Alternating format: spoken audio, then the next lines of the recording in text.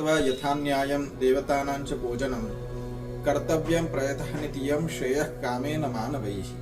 ज्याला आपल्या कल्याणाची इच्छा आहे, आपलं कल्याण व्हावं, आपला उद्धार व्हावा असं ज्याला वाटत असेल त्यांनी नित्य आपल्या घरच्या देवांचं पूजन करावं।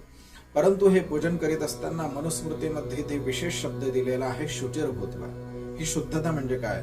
केवळ स्नानाची नव्हे तर प्रातःकाळी उठल्यापासून दंतधावनादी क्रिया, शौचापर्यंत ज्या क्रिया सांगितलेल्या आहेत त्या सर्व करीत असताना मृत्तिका जलाने त्यांची शुद्धी करावी असा जो काही नियम स्मृतींमध्ये सांगितलेला आहे त्या नियमांचं पालन करून नंतर स्नान करून आचमन केल्याच्या नंतर भगवंताला देवाला स्पर्श करावा, देवतांच्या मूर्तींना स्पर्श करावा आणि मग देवतांचं नित्य पूजन करावं। शुद्धता नसेल तर देवतांच्या पूजेचं फळ आपल्याला मिळत नाही, अर्थातच ते देवतांची पूजा निष्फळ होत असते।